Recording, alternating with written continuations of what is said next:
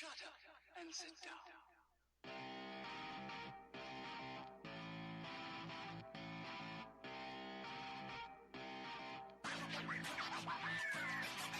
You're listening to the Cheaters Never Pin podcast, a proud part of the Section 328 family. Follow us on Twitter at CheatersInVRPin. Now, live from ringside, it's Mr. Workrate and JC. Well, hello everybody, and welcome to the best week in professional wrestling. It's WrestleMania week. You don't sound pumped up enough, JC. Let me get there. I just got home from work. I'm kind of tired. I gotta ramp up into this today. We're gonna get there. We have enough to talk about. I mean, between it being WrestleMania week and that awesome theme, I just get pumped up. I mean, not jump on a tailgate and get beer thrown at me pumped up, but close to that level. It's my breathy voice gets me there every time. I love it. That's a different sensation, but I wasn't going to discuss that on the podcast. Right here on the Cheaters Never Pin podcast. There we go. Cheap plug for ourselves. You're listening to this podcast. So hi, welcome. We have one thing to talk about today. And that's it's the one count. This week. It's the entire show is that, or you could either look at it as a one count in the fact we're just going to run down the Mania card and the Takeover card and give you predictions, or you could look at it as an 18 count. Yeah, I mean, you want to split that apart with NXT and the WrestleMania. That's technically 2, I guess. So okay, that's true. But yeah, so that's what we're going to talk about today. So strap in, secure yourself. Keep your arms and hands inside the vehicle at all times as we take you on the ultimate thrill ride. The ultimate thrill ride. Formerly known as. Go ahead, you say it. I'm sorry. Wasn't that good? I was going to say, where they're actually building a giant roller coaster as we speak. I was going to say the ultimate thrill ride, originally called the Dingo Thrill Ride in World Class Championship Wrestling. There we go. That's way better than what I had to add. But you mentioned roller coasters. I like roller coasters. Yeah. And you mentioned the awesome way to rehearse Stone Cold video we filmed at the tailgate on Sunday at WWE Live. You know where people can see that? Facebook.com/CheatersNeverPin. Yeah. Or if you happen to be browsing our Twitter feed at CheatersNVRPin on the Twitter, so you'll be able to see that video, I believe, as well. Yes, we recorded it in 4K. So if you're that fancy, pull it up on your TV, son. Although I don't know if you should see us in 4K. There are some people that high definition is not meant for. Oh, it works for me. I look good in it. Trust. I'm not in it, so technically it's perfect for me. We had your voice, and you were holding the camera. I have no idea who you're talking about. That was Jim Ross. No. At the very beginning, there was a voice that said, "Here we are at the Section 328 tailgate." Oh, yeah. Where my kids were fighting in the background. It was fun. Yeah, and you've obviously found the podcast, so hey, thanks. While you're here, rate, review, subscribe. So that way we show up in your podcatcher each week. Or, where in your little app icon, the little one shows up every week or so.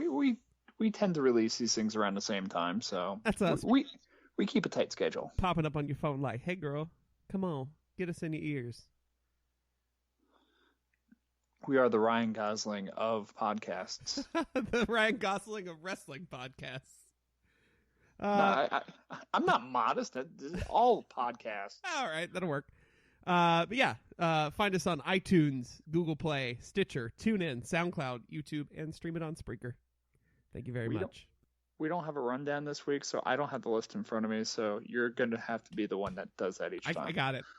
Okay. I've got an old rundown up, just for that part. My old rundown just has like MySpace and Friendster and Tom, Tripod. Would I have made it in your top 6? It was top 8, wasn't it? Well, it started as top 6, and then it went to top 8, and then it was you could pick the number of tops you wanted. Oh, well. Yeah, of course you would have been. Thanks. Me and MySpace, Tom. Yeah, absolutely. You got to keep him up there because, you got to let people know that you're actually friends with the guy who founded MySpace. Sitting in front of a whiteboard. All right, Tom, are you ready? Let's talk about WrestleMania. Oh, let's do that. Let's strap ourselves in the ultimate thrill ride. Oh, I'm not going to do it again. Because you're going to hear it enough on Sunday. All right, so what we're going to do, we'll just kind of run down the card and give our predictions and what we think and everything, I guess, right? Yeah. Feels like the way to do this. It'll end up lasting about an hour and 5 minutes. Yeah. Our way too consistent average. All right, so first up on WrestleMania 33, the Ultimate Thrill Ride, we have the it's now a 6-pack challenge as of yesterday for the WWE SmackDown Women's Championship between the defending champion, Alexa Bliss, Becky Lynch, Natalya, Mickie James, Carmella, and Naomi. I'm disappointed in that. Did you just hear that, by the way? No. When we talk about, and I'm going to have to say it this way now for the rest of the show, I just realized, the WWE SmackDown Women's Champion, my Amazon Echo decided to respond. Oh, yes. I've run into that situation, too. All right. Anyway, sorry to interrupt in case you heard that. Maybe my microphone may not have even picked it up and I may have just derailed the show, which I generally do anyway. But as long as you mention Alexa and say microphone, you'll end up ordering another mic so then we can have extra equipment for guests and that type of thing. Or I end up with all the Alexa Bliss action figures. You don't have all those already? No. Oh, okay. All right, so back to my disappointment. I loved the concept of any and all available women wrestlers because I wanted to see Eva Marie. I wanted to see random wrestlers that we haven't seen in like 2.5 years. Like, the Mickie James like people that used to wrestle for WWE but don't wrestle anymore but get called in for the one-shot deal and that type of thing. But, I mean, I guess for Mania, you want to advertise things far in advance, and it's good to see Naomi's healthy enough to come back, or at least will be healthy enough to participate in the match. I mean, with a 6-person match, you don't necessarily have to be constantly doing activity. You can, do like your 45 seconds worth of spots and then get knocked outside the ring and just hang out there for the majority of the match. But the whole thing with Naomi and WrestleMania and it being in her hometown of Orlando was kind of one of those feel-good stories, and it's nice to see her actually back into it. So I don't know if that means that they're going to put the strap back on her, but I like the idea of having absolutely no idea who's supposed to come away with the championship out of this match. I think we're all going to be feeling the glow.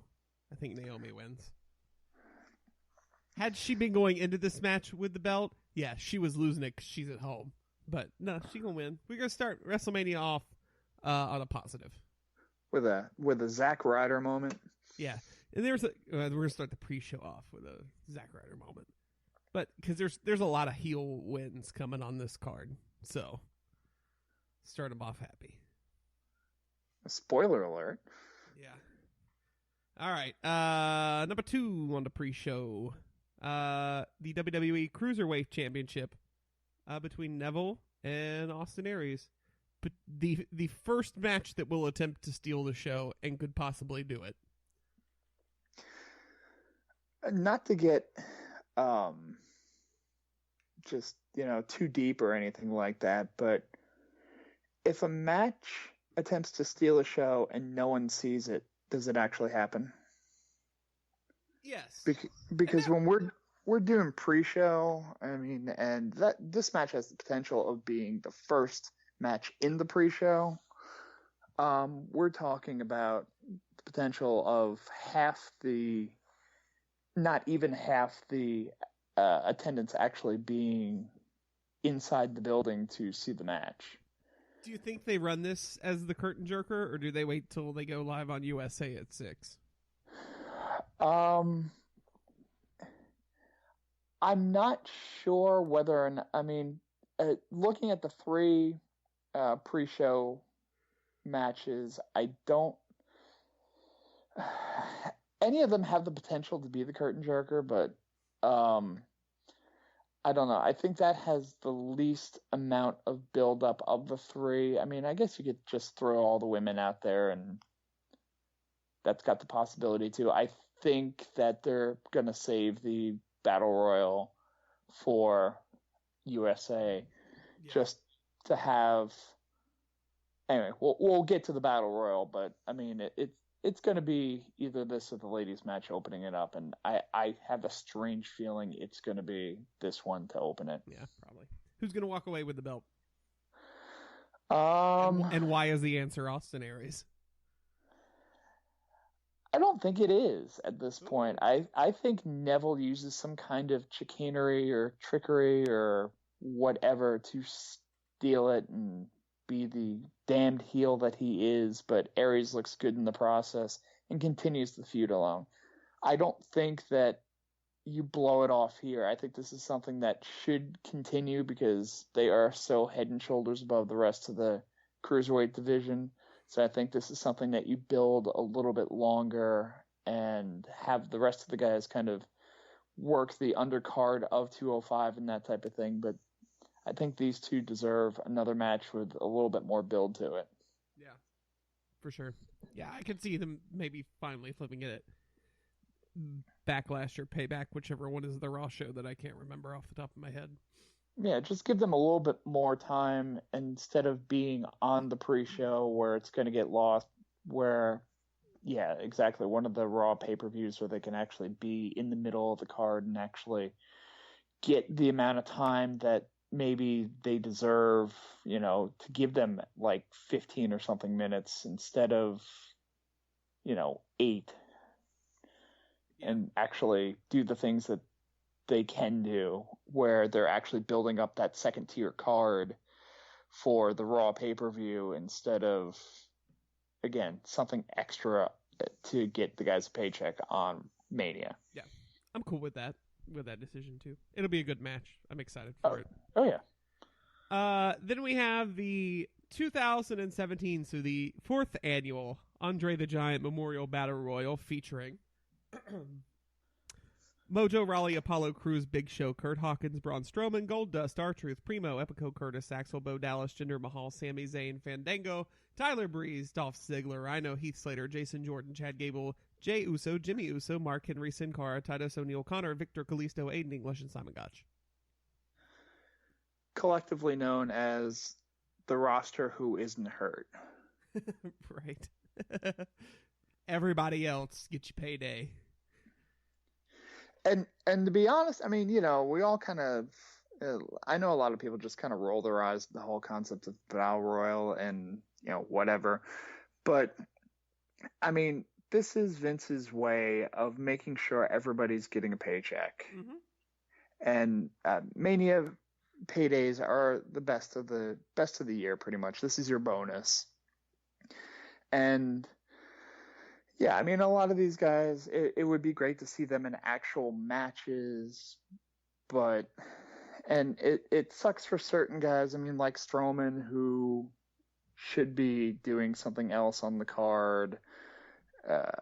Show, should be fighting Shaquille O'Neal or at least some kind of medium profile type match. It's a travesty that Sami Zayn is stuck here. Oh, I mean, that's it. You eventually run out of matches. That's what ends up happening, especially when you have a brand split like you do, and you've got 4 singles titles to defend, I mean, we don't have the tag title. The SmackDown tag titles aren't being defended on the card. They're in this match. Yes, that's what I'm saying. All It's the like, SmackDown tag teams are in this match. so yeah, I mean, It happens. It sucks, but it happens. you've got what ends up happening when you have a brand split like this is you have guys that would be the lower level or the WWE. By main event, I mean the television show, not the literal main event, but the main event guys and the superstars guys and that type of thing, they're actually on Raw and SmackDown now to do, the lower level matches there. So what would be seen as a match for those superstars guys or whatever being put into something that you can actually see on a pay-per-view. Now it's people, oh, these are the guys from SmackDown. These are guys from actual Raw, and they're in this. It's a position that they've been put a little bit higher because of the brand split. So now it seems a little bit more shocking that more people like that are in the Battle Royal, but it's not really a big deal. I mean, you got to have some people that you care about in the Battle Royal. Oh yeah. So who wins? It's either Strowman or Sammy, right? Yeah, I mean, I think those are the only two ways that you can go. I mean, it's not. I mean, out of people that could potentially deserve, pushable at this point. I mean, I don't think you do say like an Apollo Crews or Mojo. I mean, Mojo's if you want to throw a dark horse in there, you could potentially throw Mojo in there because I mean, this is the guys that are higher up, like a Strowman, like Show. They don't need a push. I mean, that was Corbin last year going into this where we didn't even know he was going to be in the thing. He ends up winning it, and then you get to hear for an entire year how he was the winner of the Andre the Giant Memorial Battle Royal. Are you going to hear that with Rhino all year? No. So, I mean, yeah. If I had to put $1 on it, I'd probably lean towards Sammy just because it fits more into that plot line of, the plucky underdog and how did he manage to survive, especially when you've got the big men like Strowman and Show and whichever one of the Ascensions, the big one, in there. So Connor? I don't know. He's a surf dude. They're both surf dudes. Right. With attitudes. Yep. All right. Then the main show starts. The main part of the Ultimate Thrill Ride. You've gone up the lift hill. Now it's let you go and you're on the ride. I'm done with these puns. I don't know if see it's tough to make that appropriate because like that first drop's the awesome drop. So that's like, but all right. Well, the awesome drop of the WWE Raw Tag Team Championship, which is now a triple threat ladder match. Because ladders. Because Enzo apparently needs to die. Luke Gallows and Carl Anderson, the Good Brothers, defend against Enzo and Big Cass and Cesaro and Sheamus. My prediction is Enzo dies. Rip Enzo. Yeah. I think they give Enzo and Cass the win here. Though. Big fun WrestleMania moment. You could, Revival shows up Monday, takes the belt off of him. Maybe, who knows? But it'd be a good WrestleMania moment. Yeah, I mean, I understand that, and I could see that happening. But at the same time, it's kind of a cop-out answer. But I could see that happening. I could also see that not happening. I don't think there is enough story between these three teams to kind of predict a winner. I don't think at this point really the booking committee cares. It doesn't affect anything one way or another really who ends up winning this match. I don't think because of how this has been drawn out. I could easily see the Good Brothers walking away with the belts again after whatever. I don't think I I don't know how long they're going to do this Cesaro Sheamus tag team. Um, I mean, it seems like they're building it for a longer term type thing, but Yeah. I don't know. It's kind of gone through its usefulness at this point. It's like, and that's what happens with mismatched tag teams. I mean, I feel the same way with Heath Slater and Rhino. It's like, yeah, it's a wacky pairing at first, and then, do they get along? Don't they get along? And then they kind of work through their things, and it's funny because it's weird, and then eventually they get to success, and that's your build, and then they lose the belts, and then, okay, well, that's taken care of. Now you can go off in your separate directions. And both of them have not. Right. And it's the issue I don't is know. just the really poor booking of tag teams in general in WWE. Hashtag give tag teams a chance. And I don't know if maybe you need to do a trade or two to just kind of shake things up. I don't think it's because I've heard it mentioned too that, just do, one set of tag belts and put it, in on one show, and maybe put all the women on the other show to kind of like straighten things out that way. I don't totally agree with that. I think if there's enough room for two tag groups and, two tag divisions, but it just needs to be booked properly, and it's not at this point. I mean, Raw still has 3 hours, and they can't figure out that they've got 3 tag teams, and SmackDown has like 20. Yeah, I agree though. I don't know who wins. I like to think, it's Mania. We're all about creating moments. This is Enzo and Cass's moment. And yeah, I could see pick. that. Like I said, and then Monday they could, the Revival or whoever they want to bring up. If this is a place to do it, they take the belts off of them. They get ridered. Whatever. All right. Intercontinental Championship on the line. Not in a ladder match, surprisingly, but a one-on-one singles competition between Dean Ambrose and Baron Corbin. Yeah, I said it last week. I'll keep saying it. I'm still waiting for a stipulation in this. Right. But it's, I mean, of the people that, are good at bringing the plunder and kind of having a hardcore style match or a falls count anywhere would be ideal for these two. And maybe, again, that's something that they're building to for a future thing. I mean, I could see them building out this feud to continue to keep going longer and longer. So maybe at the next pay-per-view, it being a falls count anywhere, and then maybe kind of escalating it from there. I could see them dragging this on a little bit longer. But, I mean, at the house show we went to, I mean, chairs were involved. So yeah. I don't know. I mean, we were using chairs, we're using forklifts. The plunder has been used. It's just a matter of it happening again. And maybe we'll end up getting that screw job ending again where somebody ends up getting disqualified or whatever. And we just keep building this towards a further pay-per-view. I don't know. The thought of a DQ fuck finish at WrestleMania in a title match makes me want to flip chairs.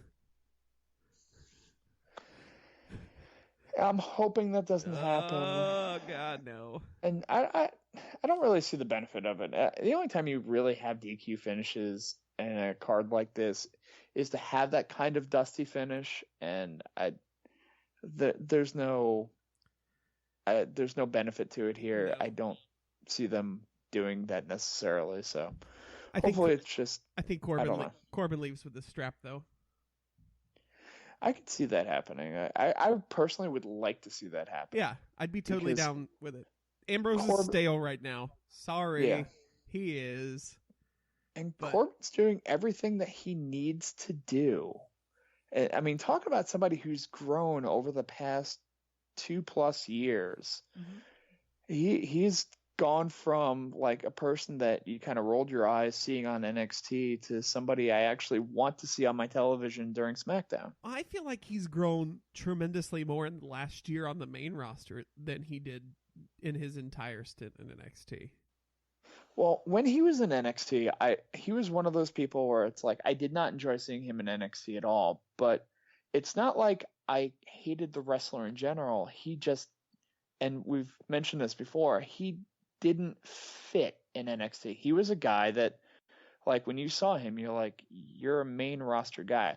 Not that you're necessarily ready or not, but you don't fit in with an NXT. You fit in with the main roster. So that's where his leap was. He wasn't necessarily going to get where he needed to be in NXT. He developed his craft. He learned what he needed to learn, and then he ended up making his way to the main roster. And exactly, I mean, from the time that he got to the main roster and won the Battle Royal and just got better at promos and got, Banter Corbin just started to grow. And yeah, I mean, he's somebody I enjoy seeing now. Mm-hmm. Me too. Okay. This is one of the match. Wow, God, I completely lost my train of thought mid-sentence there. Jesus. Sorry to hear about your stroke. I couldn't think of a Bret Hart joke fast enough there. All right. John Cena and Nikki Bella versus The Miz and Maurice in a winner gets engaged match. I've loved every bit of the build to this. Miz and Cena have been straight fire on the mic. The Total Bellas bullshit segments on SmackDown have been incredible. Cena was on damn fire last night, or Tuesday night. I'm sorry, that's right. This is Thursday. Cena was on fire on SmackDown Live last night. I'm so excited for this match. And Al Roker's the special guest ring announcer. Let's not forget that. Because of course he is. Well, because somebody has to hold the ring. Yeah. There you go. Spoiler alert. Cena and Nikki win this though, right? And then the engagement. Yeah, I mean, I don't want them to. Just because, and it's not because I hate Cena or anything like that. It's just that I want to reward The Miz and Maurice, actually. I mean, because the work that they have done in this, and it's up to Cena's game, because Cena had been, and it's easy for him to fall in a formulaic promo kind of style, because I mean, that's who he is and that's what people expect. And he's always been kind of tongue-in-cheek about, some of you are gonna boo me, some of you are gonna like me, and just getting eviscerated by Miz and Maurice has just put him to a different level. And I mean, it's the hottest program in wrestling right now, and I love it.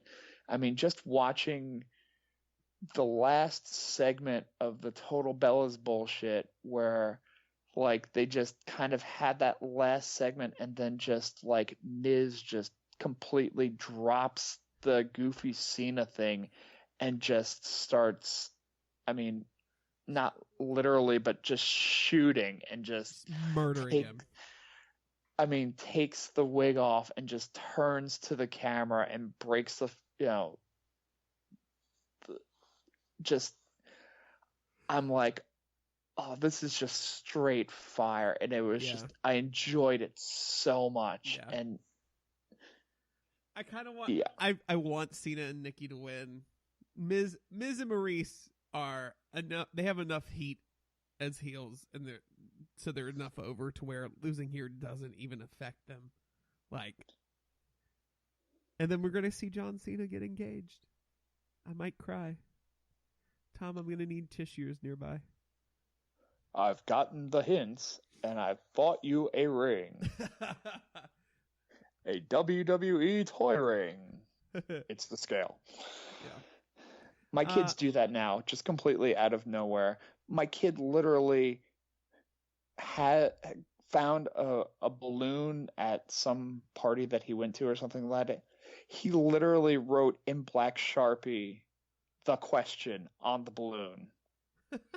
Just so he can go up to people and go, it's time for me to pop the question.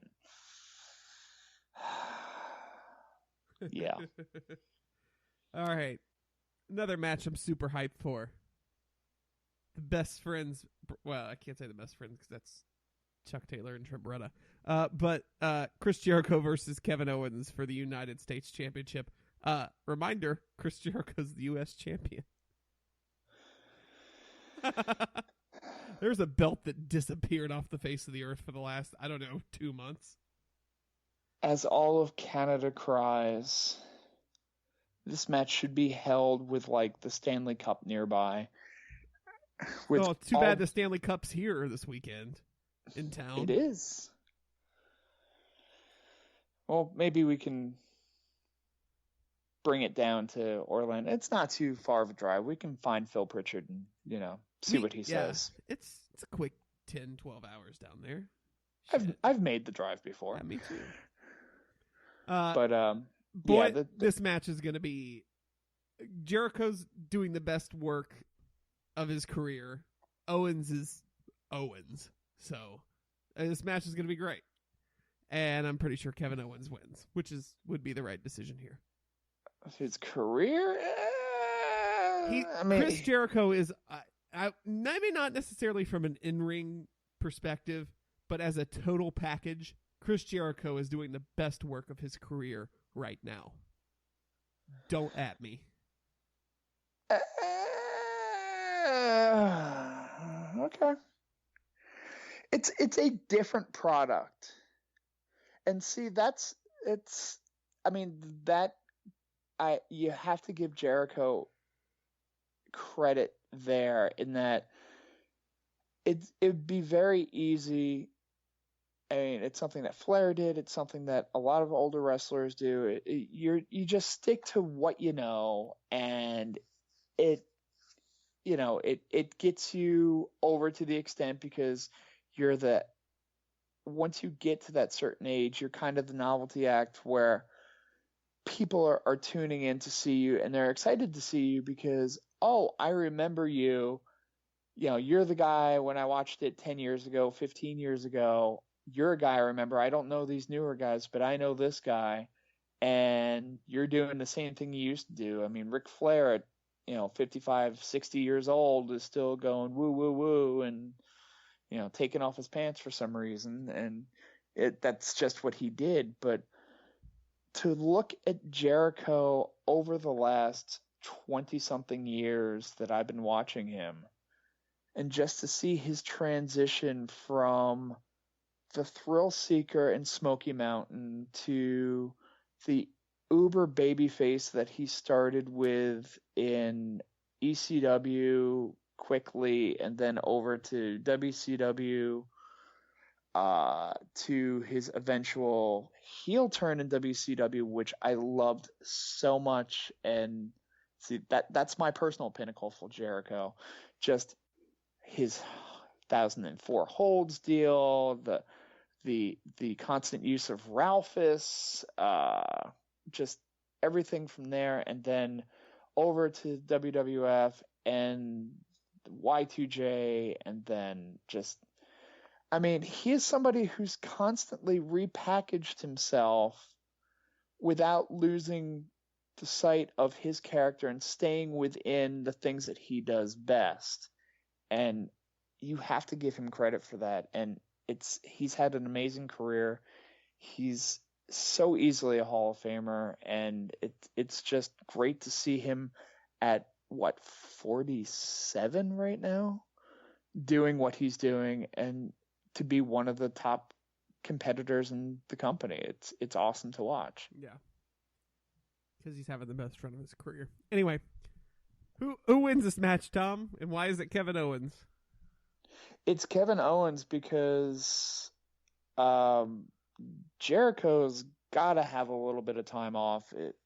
He's got to go back to touring with Fozzy and doing the Jericho stuff that he's been doing.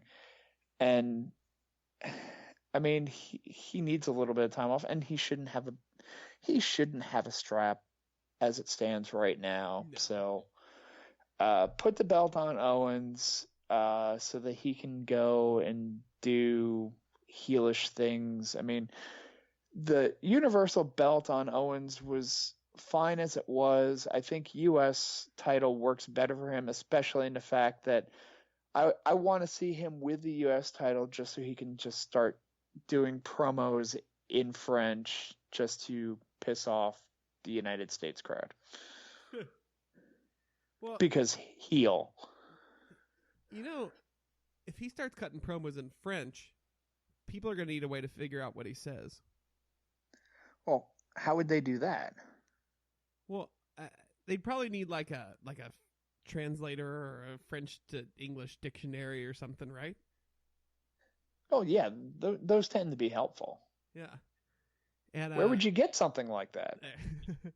You can go to what is the world's largest store of everything that is amazing. Oh, do they still have Walden books? Are they still in the mall? No, they're not. Oh. They were owned by Borders. They're gone. Oh, well, Borders is still around then. No, Borders isn't around. It's definitely not Borders. No, okay. Tom, it's Amazon.com. That's right, the internet. The internet. And you know that you can buy things on the internet. Right. So when when Owens wins this belt and you need your French to English dictionary to figure out what the hell he's saying, don't go to your browser and type in amazon.com. No. You would be wrong. You need to go to your browser and type in http://www.cheatersneverpin.com. And then as an occasional IT professional, you really don't have to do. You can just do the www part. You don't even have to do the www part. I'm a really formal person. So the hypertext protocol is unnecessary. Yeah, to some people. So, but when you go to the Cheaters Never Pin website through our URL, the full one, you're gonna get to the front there, and there's gonna be a little button that says "Buy on Amazon." So click that button, and then you magically transport yourself. You take yourself on an internet ultimate thrill ride all the way to Amazon.com, and you just shop like normal. Put that dictionary in your cart. I don't know. Put some DVDs in there. Put some BVDs in there. Whatever you want to do. But when you check out, and it's not going to cost you an extra penny, they're going to kick a few pennies back into the Cheaters Never Pin coffer. Do we have a coffer? It's the company coffer. Oh, okay. I don't even know what a coffer is. Maybe I need a dictionary, and maybe I need to go to cheatersneverpin.com. You don't even need to know what a coffer is. Go to cheatersneverpin.com, click buy on Amazon, just search for a coffer on Amazon and buy yourself one, Tom. They have pictures there. I'm sure they do. And reviews, very helpful reviews. But yeah, go to our website, go to cheatersneverpin.com, click buy on Amazon, do all your shopping that way. Doesn't cost you an extra penny, but it kicks some spare change back in our direction to help us put this show together every week for you, the people. And, after you do that, you can go back to the website, and we've actually put up a couple articles. So if you want to click on those too and check them out, yeah, I wouldn't have a problem with that. Tom wrote a really great retro wrestling this week about Halloween Havoc 99. Please read it. It's amazing. It's one of the best WCW pay-per-views that exists, and I'm using best very loosely. It's the best, just like, Kevin Sorbo is the best actor on television, that type of thing. It's the best, like Derek Ryan is the best center in the National Hockey League. Yeah. We don't talk hockey on this podcast, do we? We got one reference in. I'm good. Okay, that's our legally required Section 328 family. It's in the contract. Yeah. To use the branding. Do we need to talk about Cookout or no? Okay. We get that for that on Twitter. Okay. So he wrote that retro wrestling review. Read it; it's great. Even go back and watch it along, make it even better. And then starting today, all the madness in Orlando that is not WrestleMania kicks off. And so I've broken down the indie shows and even more specifically just the matches that pique my interest the most, including the 1800 Matt Riddle matches, including one against Den Severn. Hilarious. And if you thought Chris Jericho was old. A lot of Evolve stuff, a lot of Progress stuff, Kaiju Big Battle, Friday night at midnight, which, if you don't know what that is, go to my article. There's a little video. I don't even write about it. I just put in a YouTube video that explains it. I will be flat out honest with you. I read your article, and I went to that video, the YouTube video, and I watched the video, and I still don't know what's going on. It doesn't matter. It doesn't even matter. But you want to watch it, though, right? Yeah, I kind of do. Exactly. So, yeah. So that article's there, too, along with the buy on Amazon button. All right, Tom, we have 20 minutes to go. Whee! Oh, my God. Let's roll. Such an ultimate thrill ride. Yeah, right? Fatal 4-way elimination Raw Women's Championship match. Bayley, Charlotte, Flair, apparently right now. Sasha, and Nia Jax. One of two people wins this match. It's either Charlotte or Bayley, and I'm pretty sure it's Charlotte. And that's not just fanboy speaking.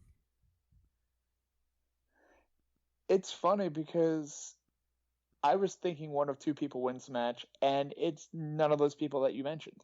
You're going to say Charlotte or Nia? You No, cannot... Okay, go ahead, sorry. No, I was going to say Sasha or Nia. You said Charlotte or Bayley. Right, and then you said it was not one of those two people, and I said, you're going to say Sasha or Nia, and you went, no. No, you said Charlotte or Nia. Oh. I don't know. We'll go back. You can't... Continuing to the original point I was going to make off of this, you can't look at me square in the eye and say Nia Jax is walking out of here with a belt. She should. If she does, I'm bursting through your front door and out of your house, Tom. And people better shop on Amazon so I can pay to replace it. She's not like most girls. You gotta understand. But she should. I mean, and she should look the strongest out of everyone in this match. But I mean, yeah, it's probably not her time to win the title. And she'll end up destroying somebody. And as a result of her destroying somebody, is how somebody else is probably going to win the title. But and I guess you need that one powerful person when you have a four-way kind of match like this to kind of look strong, do the destruction, but not actually get the pinfall out of it. So, but I don't know. I potentially see, I guess, in the final process of the heel turn, Sasha either getting the belt or at least Sasha preventing Bayley from retaining. So we're at least in agreement that Bayley's not leaving Orlando with that belt around her waist. Yeah, there's no way in hell she's keeping that belt, which means that she's going to. Yep. Because Vince Russo is going to show up and go, God damn it, the internet doesn't think that she's going to win, so now she's got to win. Screw you, internet. Yeah. Sorry, I reminded of Halloween Havoc 99 again. Yep. In the match that should have had a stipulation, but somehow, weirdly, I don't understand, doesn't. Shane McMahon takes on AJ Styles in a straight-up one-on-one wrestling match. Will it be best 2 out of 3 falls, maybe? Nope. No, good. Yeah, because, no, you don't want that. Should have been a 60-minute Iron Man match. Oh, yeah. Let's do that. Why this match no have hardcore? It's going to anyway. How Shane die in match? The Good Brothers are going to run out and kill him. Maybe actually shooting him with a gun. I'm not sure. and then he turns to the camera and mouths the words, "Do you love me now, Dad?" Tex Ferguson's going to come out and just dig Shane's eyes out with a spoon. Why was the Andre Battle Royal not just the Southpaw Stars? And see, that would have been amazing. That's kind of another thing that disappoints me is the fact that the Andre is a 30-man Battle Royal, and we have all 30 people. So there will be no surprise entrance. There will be... I think there's only one surprise person showing up, and I'll cover it when we get there. But it's not someone debuting. Okay. I don't think we see anyone we don't already know on Sunday. Yeah, I mean, I didn't necessarily mean a surprise, like call up or something like that. I just meant somebody that maybe has been injured or somebody that, again, I got screwed out of it in the Rumble where, I want some legend or you get to the Hall last 10 Famer. picks and you start the counting game. Who's left? Yeah. Who wins this match, Shane or AJ? Yeah, there's no way Shane's winning this match unless Really? AJ walks out of the promotion. No, there's no benefit. All right, let me roll back on I that. agree with you, but this is exactly what I'm like. Shane's gonna win this match. They got to give him one back from last year. But the thing with Shane too is, I mean, as much as we may criticize him, Shane doesn't need / want wins. Like, you look at all of his big matches, he doesn't win them. I mean, he might win his matches against his father and that type of thing, but I mean, this is a guy who lost to Steve Blackman by falling off a Titantron. Right. At the PNC Arena. In this very city. So, I mean, he just wants to do the spots, and I think he just wants to make AJ look good, I think. So, I mean, it's kind of the polar opposite of what you'd expect from, the boss's son and that type of thing. But, I don't see AJ losing this. I think AJ actually ends up making Shane look halfway decent, and I think they work halfway decent together. And again, we're looking for the stupid, incredible, dumb spots that Shane's going to put himself into. And But AJ's winning this. He has to win this. I mean, he has to win at Mania. He already hope so. He already lost to Jericho. Yeah. I hope that's what happens. I don't know how Shane kills himself. We'll have to see. Once the set's finished, it still just weirds me out that this is a straight up singles match. I don't get it. Maybe there will be on the pre-show some kind of change to it. Who knows? We'll find out. Maybe somebody attacks somebody else beforehand, and I don't know. Shane has the ability to make the change anyway because he's. Well, who technically is the authority at WrestleMania? Like, who makes, who's the president technically? Because you have 2 general managers, and you have 1 general manager now. Right. Rip Foley. But yeah, I mean, who can make the matches? Does technically, since that's a SmackDown match, can Shane just turn around and go, "Oh, by the way, I just made a stipulation. Wait, let me ask the the overseer of SmackDown. Oh, wait, that's me." Yeah. Could happen. He may decide to do it. I don't know. In a non-sanctioned match, which makes no sense since they signed a freaking contract. And a hold harmless. There's too much paperwork involved for this to be non-sanctioned. But in a non-sanctioned match, Seth Rollins versus Triple H. Also, I'm pretty sure there will still be a referee there making sure it's sanctioned. think they should call it what it actually is technically a screw the insurance company match. The hold harmless match. The signed a waiver match. But yeah, I mean it's a street fight, I guess. I mean no, it's not. But it is. It's non-sanctioned. But there's a difference. If you look at Triple H versus Shawn Michaels at that SummerSlam, that was a non-sanctioned street fight. This is a non-sanctioned match. I still think you're going to see it. I mean, I hope so. Don't get me wrong. Especially if No. Seth is still injured a little bit and still needs time. Yeah, we need the gimmicks involved. Yeah, you're not going to have like, oh, it's a non-sanctioned match. These two are going to kill each other. Oh, they got counted out. Yeah. Yeah. So it's going to be all over the place. It's not necessarily going to be falls count anywhere or anything like that. But no.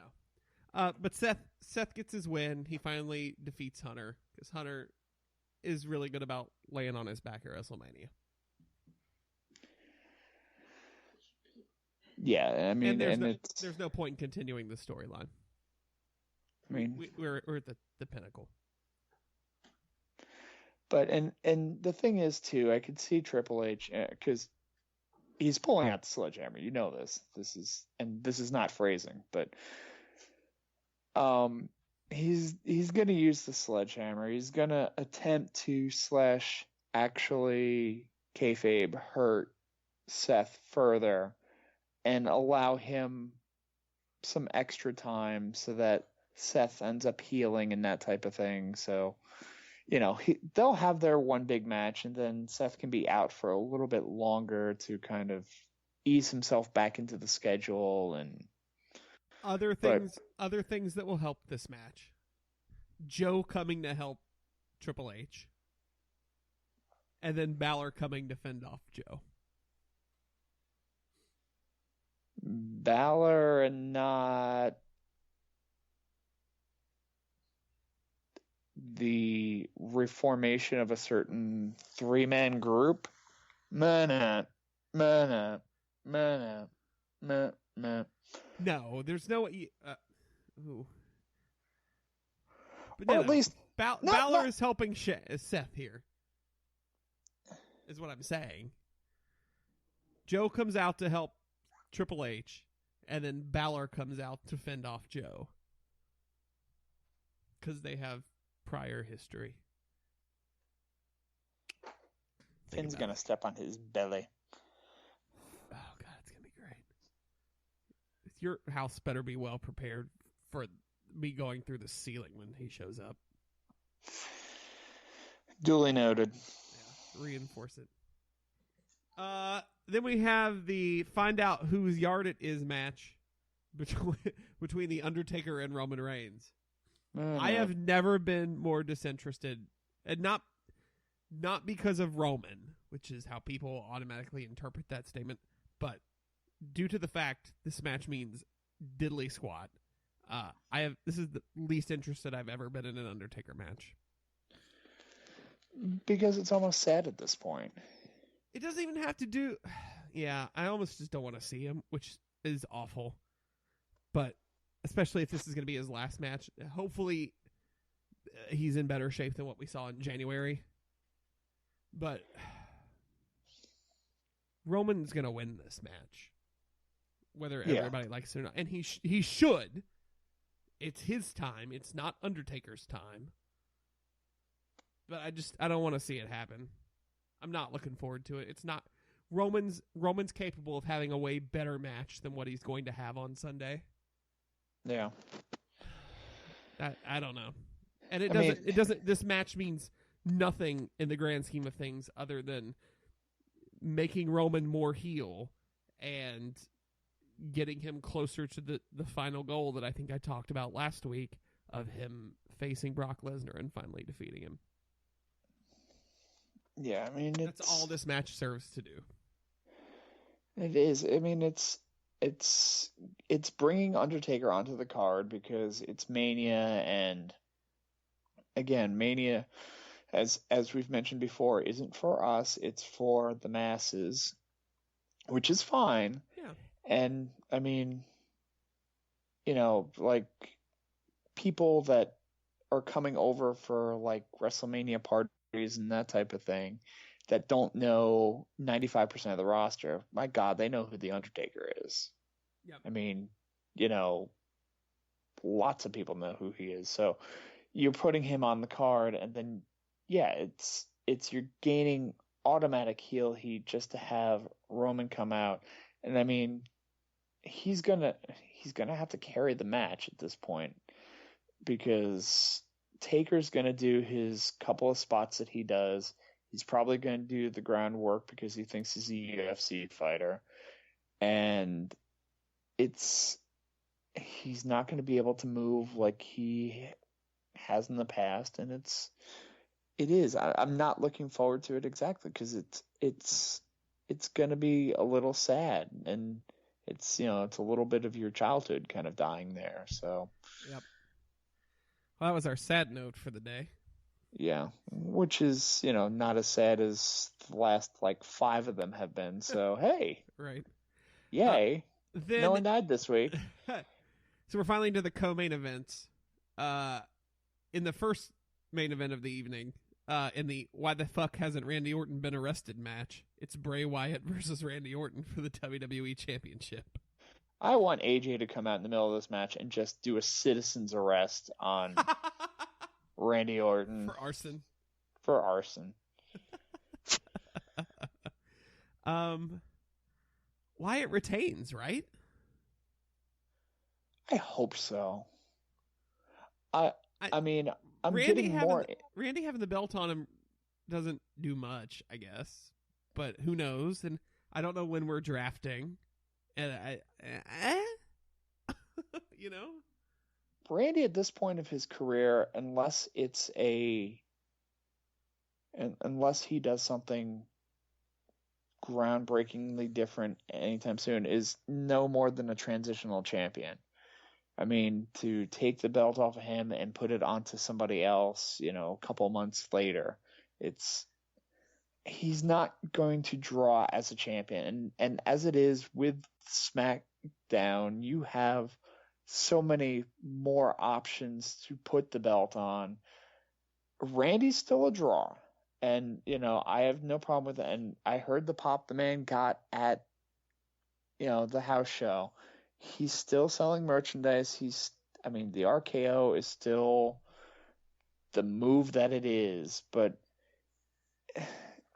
they gain nothing by putting the belt on him now. And that weird kind of counterbalance heel face thing that they're doing, in that Randy should be the heel, and he's supposedly trying to do as many heel things as he can, because he's not a face. He's a horrible face. Right. I like him more as the face side of a tweeter, though, than I do as a heel. He's real boring as a heel to me. Yeah, I mean, I like Randy Orton as a wrestler, and I see the things that he does well, and I don't dislike him, but he doesn't necessarily get to that level for me as a top guy. So, yeah, I don't want to see the belt on him. I want to see it on Bray Wyatt. Yep. I want to see more of Bray Wyatt. I want to see him holding the title and starting to reform the Wyatt family back, because he has the title and he has been rechristened with Sister Abigail's ashes, and especially when you have the championship and you're sitting on top, that's when the people start to follow you. So maybe we start to get more people in the Wyatt family that are more followers and that type of thing. Yeah. And I love the cult aspect of it, not just like the weird Luke Harper looking guys, but to kind of have, maybe lower level guys.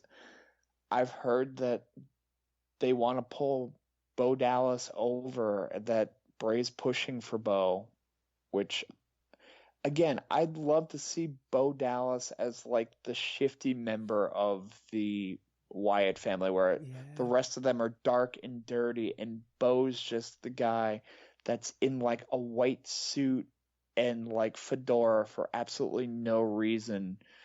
That's the reason the Wyatt family actually makes money. Like the rest of them are just kind of like, occasional murderers or whatever it is that they do. But, Bo's actually the guy that's just scamming old ladies for whatever. You just need everyone to be shifty, and I think Bo would just work with just as everybody else is just kind of like looking up at the sky or just like looking whatever. Just Bo just has the ridiculous smile on the whole time, like this is where I belong, and Bo becomes the recruiter for the Wyatt family. Like, oh, he's not too bad. Maybe this is. I don't know. Yeah. All right, we got about 5 minutes left, so we got to TikTok. Yes. Then Fantasy Warfare Part 2, also known as Please God Don't Let This Go More Than 5 Minutes for the health of both men involved. Goldberg versus Brock Lesnar for the Universal Championship. Lesnar wins because Goldberg's done. Duh. Please, please, please. I love Goldberg. I want him to never leave, but that's not the case. I've never heard you say something more wrong ever. Goldberg, he's so great, especially in this superhero character he's in right now. I love it. I freaking love it. In contrast to the other character he normally is? I've always loved Goldberg. Period. He's incredible. And I mean that just in the aura and I know he's not the best worker ever. That was never his purpose in life. But I just love Goldberg. And I want him to retain, and it's not going to happen. And Lesnar's going to win the belt. And we're still going to have an absentee champion like the last time he won the belt, and it's going to suck. He's garbage McGarbage son. Lies. I want him to bleed. Wow. I want He'll do Brock that. He'll to do just that banging go his head on Randy the door on the Orton way on out. him.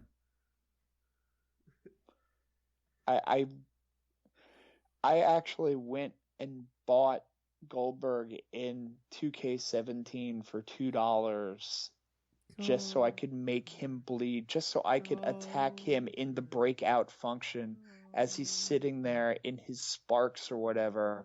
I have whoever is fighting him break out, run down the ramp, and attack him as he's in the middle of his little sparks doing his nose smoke. Sorry, I couldn't hear you over the massive chants in the background. Oh, you're piping them in just like WCW did? Cool. Anyway, we both agree Lesnar's winning, right? Yeah. Okay. All right. Let's go through the TakeOver card and just pick a winner for each match. Because there's nothing to break down here because NXT is a disaster. And I say that with all the love in the world because Triple H has admitted it. Anyway. Sanity, Eric Young, Killian Dane, Alexander Wolf, and Nikki Cross versus Ty Dillinger, Roderick Strong, No Way Jose, and Ruby Riott, a.k.a. Heidi Lovelace. Sanity takes it just because they're the more solid group, and this is just a mishmash on the other side. Agree. Get Sanity over more. Debuting Aleister Black. God, why can I not talk tonight? Debuting Aleister Black takes on Andrade Cien Almas. Black because Almas is the new Ty Dillinger and needs to job to all the newcomers. Yeah, couldn't agree more. Also, Tommy fucking End. Okay. Triple threat tag elimination match for the NXT Tag Championship. The Authors of Pain versus DIY versus The Revival. This one's the toughest choice. On the entire card. Because I don't know what their plans are. I could... I see the Authors of Pain retaining. That's my thought, too. It's either them or DIY. It's not The Revival. Yeah, because, I mean, there's so much talk about The Revival getting called up, but I don't DIY works better as the scrappy, fighters that are just making their way towards the title rather than having the championship. I mean, they're like the Rock and Roll Express in the sense that once they get the titles, a lot of that luster is gone. But when they're going towards the titles, that's when it's so much easier to get behind them. But once they actually get them, it's like, I also think they're super close to being called up. Yeah. So, and I don't remember, was it whichever member of TM61 that got hurt? I don't know what his timetable to come back is, but if he's ready, you put them against the Authors of Pain. Yeah. Yep. Asuka versus Ember Moon. Asuka retains. Yeah, because she ain't coming up.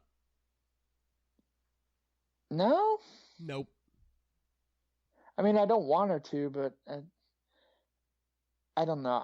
I don't want her in NXT anymore just because she's ruining the women's division. Yeah. Their treatment of her has ruined the women's division. It's you have your champion who cannot be defeated. Yep. And it's not making it believable that anyone can beat her. Yep. She retains. If she loses, she's coming up. Basically, is what that's signaling. Yeah, that's a guarantee. Main event: Bobby Roode versus Shinsuke Nakamura for the NXT Championship. I don't know, because I don't know if they want to bring either one of these guys up Monday or Tuesday or Sunday, but probably Monday or Tuesday. I would assume that Bobby Roode probably retains. Yeah, I think they want to keep a little bit of stability with the title. I mean, and that's what it seems to have been. I mean, with Nakamura and Joe just trading the belt back and forth, and I mean, as much as I love Nakamura, I do not want to see him getting the belt, losing the belt, getting the belt, losing the belt every other month. Yeah.